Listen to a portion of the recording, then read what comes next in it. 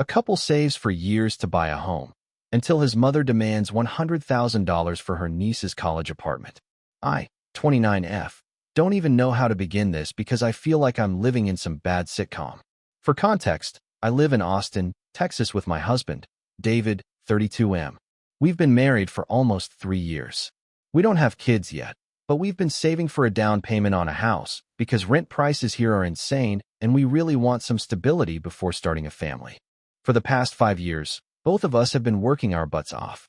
David is a software engineer and I work in marketing. We're not rich, but we've been disciplined with saving. Every vacation we skipped, every restaurant meal we passed up, all of that has gone into a savings account. As of this summer, we had just over $120,000 saved up.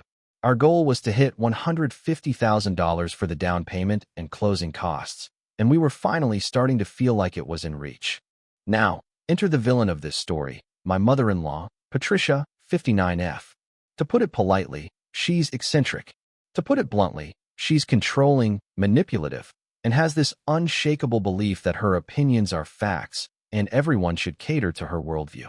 She's the kind of woman who still refers to David as her little boy, despite him being a fully grown man with a mortgage-sized savings account. Here's the thing. Patricia has always had a soft spot for her niece, Samantha, 19F. Samantha is her sister's daughter, and I swear Patricia treats her more like a daughter than David sometimes. She buys her expensive gifts, takes her on trips, brags about her nonstop. Samantha is, in her words, the golden child of the family. Anyway, Samantha just got accepted to UT Austin and is moving into a dorm this fall, which is great. Good for her, congrats. But apparently, in Patricia's mind, moving into a dorm is some catastrophic tragedy that requires a 6-figure bailout. 2 weeks ago, we went over to Patricia's house for Sunday dinner. At first, it was the usual passive-aggressive comments about my cooking, my job, how I stole her son away, the regular bingo card. But then, right after dessert, she drops this nuclear bomb on us.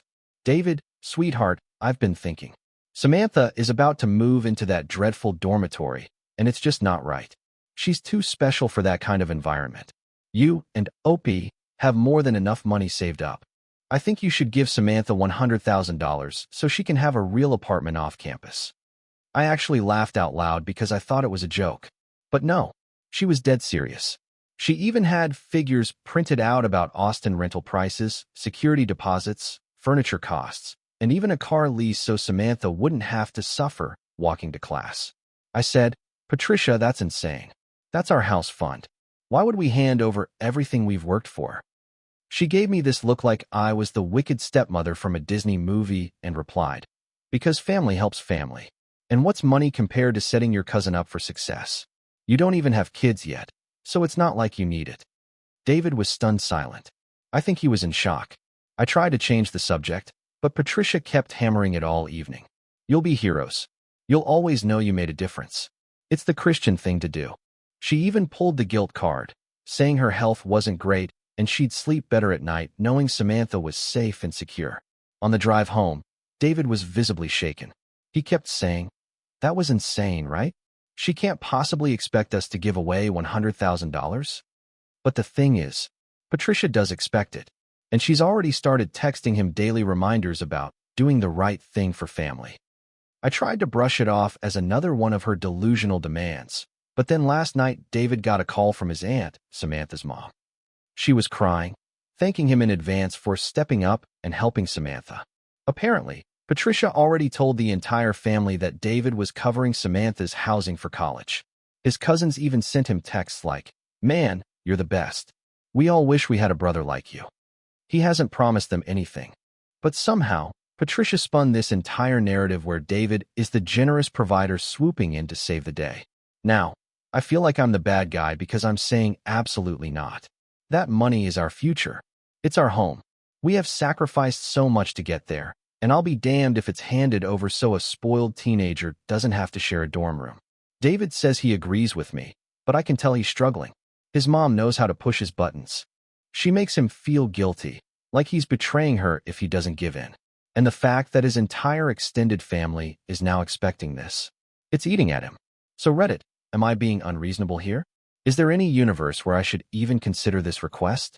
Or do I hold my ground and risk becoming the permanent villain in Patricia's melodrama? Hi everyone.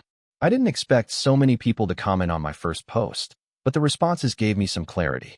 I thought I'd give an update because things have gotten messy, eh? After that disastrous Sunday dinner, I thought Patricia might cool off once she realized how insane her demand was. Spoiler alert, she doubled down. 2 days later, David got a group text from her with me, his aunt, Samantha's mom, Linda, and Samantha all included. The message was a PDF attachment labeled Budget Proposal for Samantha's Success. I kid you not. Patricia had drawn up a spreadsheet. It included $2,200 per month for rent in a luxury student apartment near campus, $500 per month for utilities and Wi-Fi, $1,200 per month living stipend for groceries, entertainment, and incidentals, $600 per month car lease plus insurance, $10,000 upfront for furniture, decor, and electronics. At the bottom, she wrote, total equals $98,400 for freshman year, rounded to $100,000 for simplicity. I almost choked on my coffee when I read it. She literally budgeted my life savings like it was Monopoly money. David didn't respond right away, but Samantha did. Thanks, Uncle David. This means so much to Hearts. I can't wait to decorate my new place. She already assumed the money was hers. I snapped and replied, nobody has agreed to this. Please stop making promises with our money. Immediately, Patricia jumped in with, don't be selfish. You and David will have plenty of time to buy a house later. This is about helping a young girl right now. Imagine how unsafe she'll be in a dorm full of strangers. Do you want that on your conscience? I wanted to throw my phone across the room. The audacity. That night, David and I had the most intense fight we've ever had in our marriage. Not because he wants to give them the money, he swears he doesn't, but because he's so paralyzed by guilt that he won't shut this down. I told him, every day you stay quiet, they take it as agreement. He said he doesn't want to hurt his mom, and kept mumbling that maybe we can give them something smaller, like $5,000, just to keep the peace. I lost it. Do you realize what you're suggesting? They will take whatever you give and demand more. They've already told the entire family you're bankrolling this fantasy. There is no middle ground here. It's either all or nothing. He admitted I was right, but begged me to let him handle it in his own way. Problem is, his way is to ignore texts until the pressure becomes unbearable. Well, unbearable came fast. Last weekend, Patricia showed up at our apartment, unannounced. She had Samantha with her, dragging a suitcase. I kid you not. They stood at our door, and Patricia said, we thought it would be nice for Samantha to stay with you guys until her apartment is ready. It'll save us on hotel costs. I was speechless. David looked like a deer in headlights. I finally said, she's not staying here. We don't have the space. Patricia rolled her eyes and said, don't be ridiculous. You have a second bedroom. For context, our second bedroom is my office. I work from home full-time. It's not a guest room. It's literally my job space. I repeated that it wasn't possible. Samantha huffed and said, wow, I didn't realize you hated me that much. They eventually left after a very tense back and forth, but Patricia was fuming. The next day, David got a 3-page email from her titled, How You've Broken My Heart. It accused me of poisoning him against his family, claimed he was turning his back on God's values, and ended with, if you go through with this selfishness, don't expect me at Thanksgiving or Christmas. I honestly don't care if she shows up at holidays. But David does. He's crushed. He said, I can't believe she'd actually cut me off over this. I said, believe it. She's manipulating you. And she'll keep doing it until you draw a line. The worst part? Linda, the aunt, is now calling me the greedy wife. She left me a voicemail saying, you've got a good job, don't you? What's the big deal about helping family? Do you plan to hoard money forever? I didn't even respond. But the guilt train has fully left the station. David's cousins are sending him supportive texts like, don't let her, me, control you, man. Stand up for your family. We all know you've got the cash. I'm furious. I told David we need to consider going low contact or no contact with Patricia if this doesn't stop. He said that's too extreme. So here I am, stuck in this limbo where my husband agrees his mom's request is insane, but refuses to take the firm step of shutting it down. Meanwhile, the entire family thinks we're about to wire Samantha $100,000 any day now. I can't live like this. I need him to take a stand. Otherwise, I'll look like the villain forever, and Patricia will spin this narrative until it destroys us. I honestly thought I'd be back with some kind of resolution by now, but things have just spiraled further. Patricia has officially gone nuclear. After the broken heart email, I begged David to respond firmly, in writing, that we are not giving Samantha $100,000 or any money at all. He said he would, but at the right time. Apparently, the right time meant never, because Patricia filled that silence with her own narrative. Last Friday, David's phone blew up. Turns out Patricia posted on Facebook, yes, public Facebook, that her amazing son David is generously funding Samantha's education housing, and that our family is blessed to have such a giving heart among us. She attached a picture of David from last Christmas, smiling while holding a glass of wine, and captioned it, "This is what true family looks like. Proud mama moment." The comments section was a nightmare. "Wow, David, what a role model. Wish more men would step up like you. God bless you. This will come back to you tenfold." David was mortified. He immediately told Patricia to take it down, but she refused. She said, "Why would I? It's true. You're just too humble to brag about it yourself." That night, we fought again. I told him point blank, "If you don't publicly correct this, everyone will think it's true. And when you don't deliver, guess who they'll blame? Me. The greedy wife who stopped their golden boy from saving poor Samantha." He froze, then said quietly, "I don't want to humiliate my mom by calling her a liar in front of everyone." I swear I almost lost my mind. I asked, "So you'd rather let me take the hit than upset her?" He didn't answer. The next morning, I woke up to a text from my own mother, who lives in Houston. She said, "Honey, I saw Patricia's post. I'm so proud of you two. But are you sure you can afford to give that much away? What about your house fund?" That was the moment I realized Patricia's manipulation had crossed into my own family circle. I had to awkwardly explain that no, we are not funding Samantha. It's a lie. Please don't spread it further. My mom was sympathetic, but I could tell she was confused. Meanwhile, Samantha has leaned fully into the fantasy. She's been DMing me Pinterest boards of apartment decor. White faux fur rugs, neon good vibes signs, designer desks. She even linked a $3,000 restoration hardware couch with the caption, "This would look so cute in my living room." I didn't respond. I don't even know what to say. Then came the cherry on top. Linda, the aunt, called David in tears, saying they already put down a deposit on a luxury apartment for Samantha because they were counting on his promise. He swears he never promised a dime, but apparently Patricia told them he had. Now they're threatening legal action if he doesn't honor his commitment. Legal action for money we never agreed to give. I asked David what he planned to do. His answer? Maybe we can loan them something smaller, like $10,000, just to avoid a lawsuit. That's when I snapped. I said, "Absolutely not. If you give them one penny, you are admitting guilt. They will bleed us dry. There is no compromise here, David. Either you cut them off, or I don't see how our marriage survives this." It was the first time I ever mentioned divorce out loud, and it shocked both of us. But I had to. I can't live with a partner who lets his mother dictate our lives and drain our future. He went pale, nodded, and said he understood. But then he begged me not to force him to choose. I told him his mother already forced that choice by inventing this $100,000 fairy tale. Now things are icy. Patricia has doubled down online, posting Bible quotes about honoring thy mother and the dangers of greedy wives. Linda keeps calling, saying they'll sue. Samantha is posting TikToks about moving into her new place soon, with captions like "so blessed." And David is stuck in the middle, paralyzed by guilt. I feel like I'm watching my marriage implode in slow motion. I don't know what to do. Do I give David an ultimatum and risk him resenting me forever? Do I try to wait this out and hope Patricia eventually gets bored? Or do I start quietly planning an exit strategy before this madness swallows me whole? Buckle up, because Patricia has managed to take this circus to a whole new level. After my last post, I told David point blank, "Either you shut this down once and for all, or I will."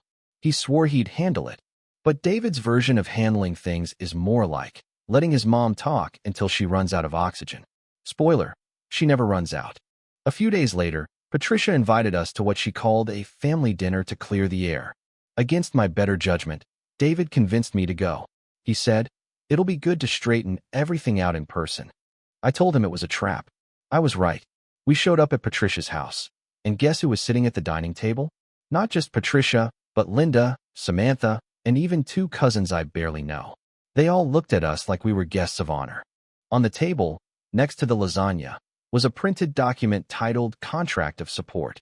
Patricia smiled sweetly and said, "I thought it would be best to make things official so there's no more confusion." I picked it up.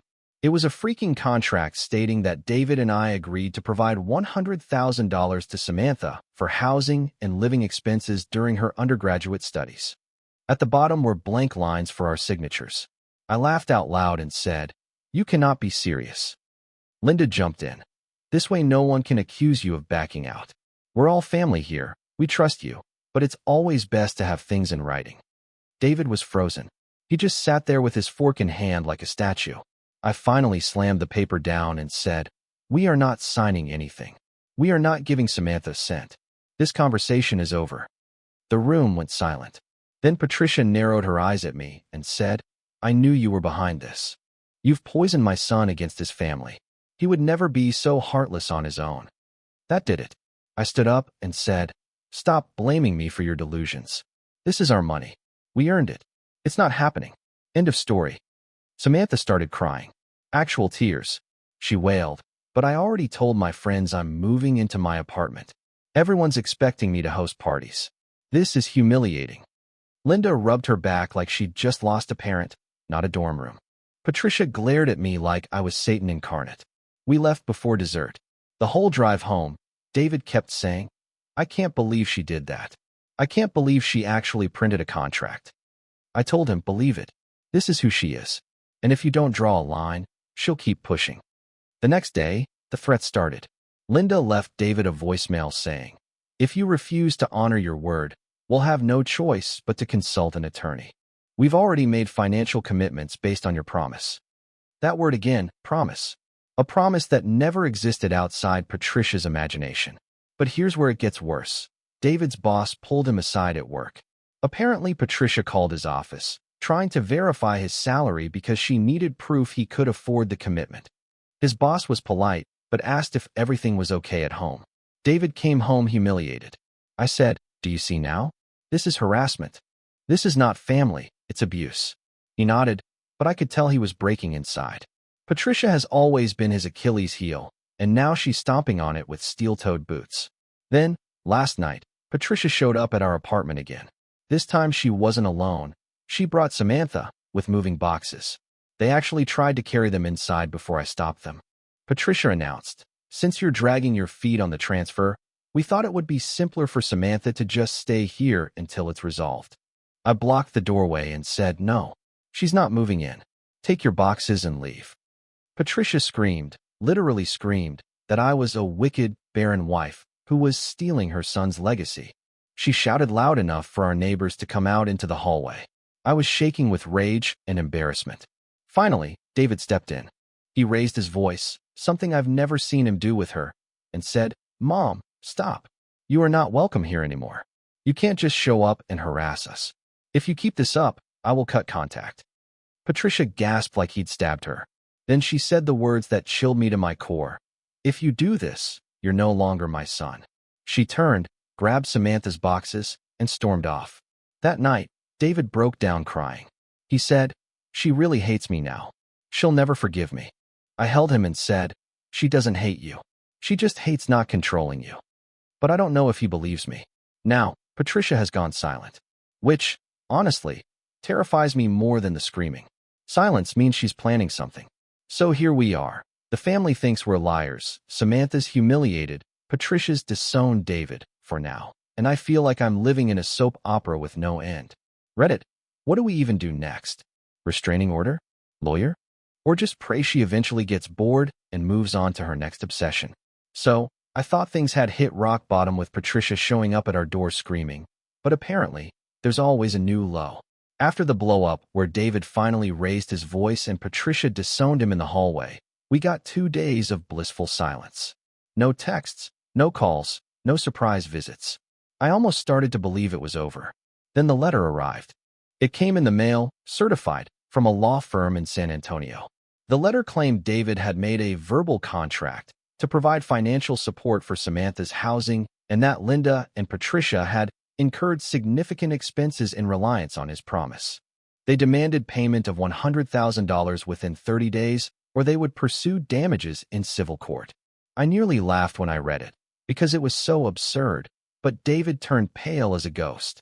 He kept muttering, "They really did it. They actually got a lawyer." We immediately took the letter to our own attorney. Thank God my boss recommended someone solid. The lawyer read it, smirked, and said, "This is garbage. You can't enforce a verbal contract that never happened, especially for a gift. They don't have a case." He offered to draft a cease and desist letter. That calmed me down, but David was still shaking. He said, "Even if we win, she'll never stop. She'll make it her life's mission to destroy us." He wasn't wrong. The next day, Patricia's Facebook turned into a smear campaign. She posted paragraphs about how greed destroys families, about how money-hungry wives corrupt good sons, and even hinted that I was preventing grandchildren because I only cared about my career. She never used my name, but everyone knew who she meant. Friends from high school messaged me asking if everything was okay.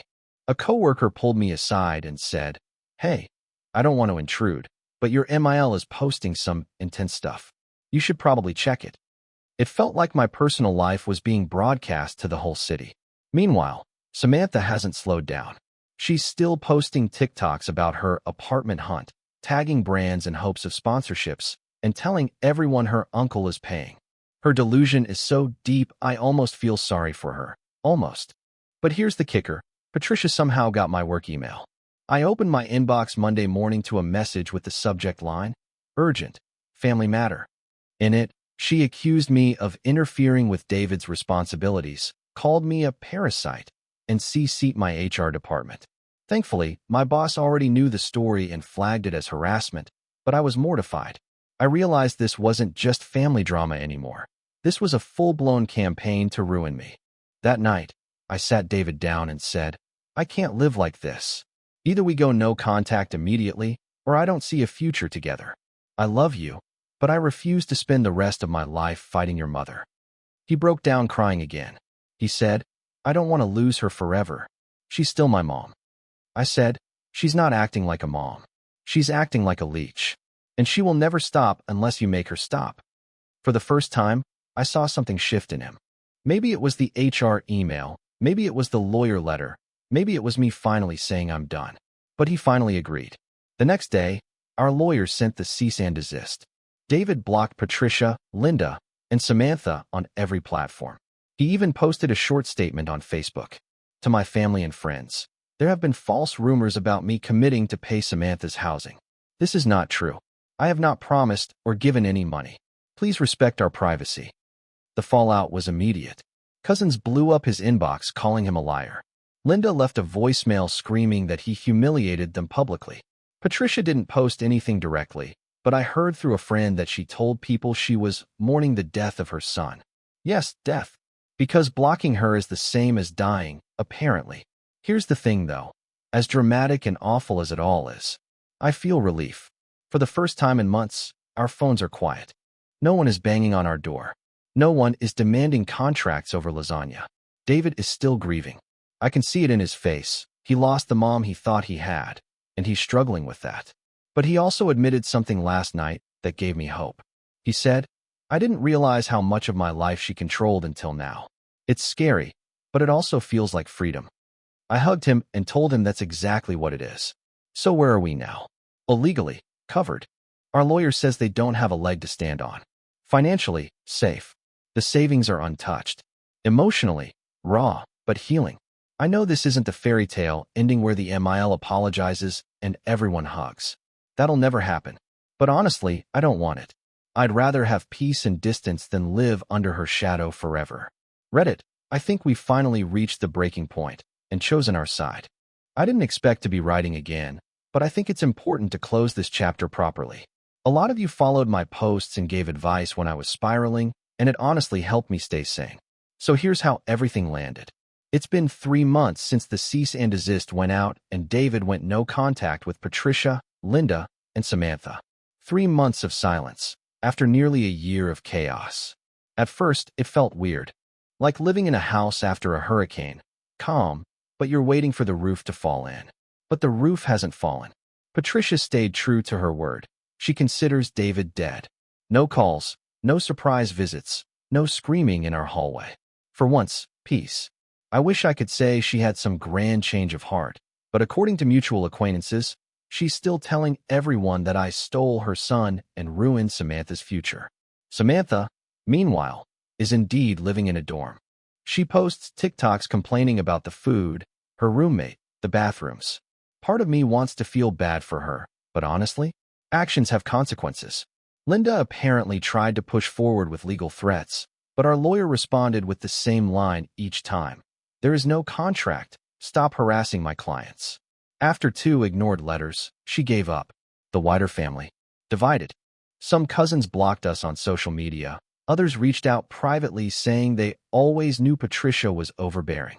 It stung to lose relationships, but in a strange way it clarified things. We know who's really in our corner. And what about David? This has been the hardest on him. Cutting off your mom, even a toxic one, hurts. The first few weeks he was depressed, constantly questioning himself. What if I overreacted? What if I'd just given them the money to keep the peace? But slowly, he's been healing. Therapy helped. Yes, he finally agreed to go. He's learning that boundaries aren't cruelty, they're survival. Last week, he told me, I feel lighter, like I can breathe for the first time. As for us, we're stronger. Those months of pressure nearly broke us. I said the word divorce once, and I meant it at the time.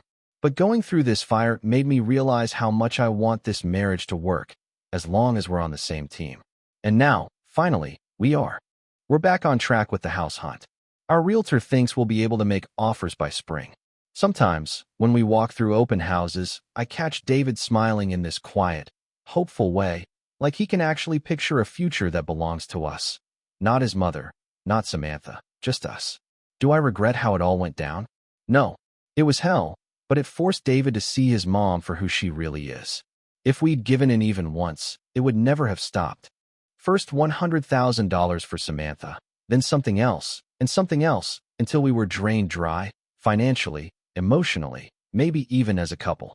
Instead, we chose freedom. So that's where we are. No grand reconciliation, no dramatic courtroom showdown. Just distance, peace, and the start of a new chapter. If anyone out there is dealing with a manipulative parent or in-law, I see you. I know how heavy it feels. But trust me, sometimes drawing the line isn't the end of your family. Sometimes, it's the beginning of your life. Thanks for reading.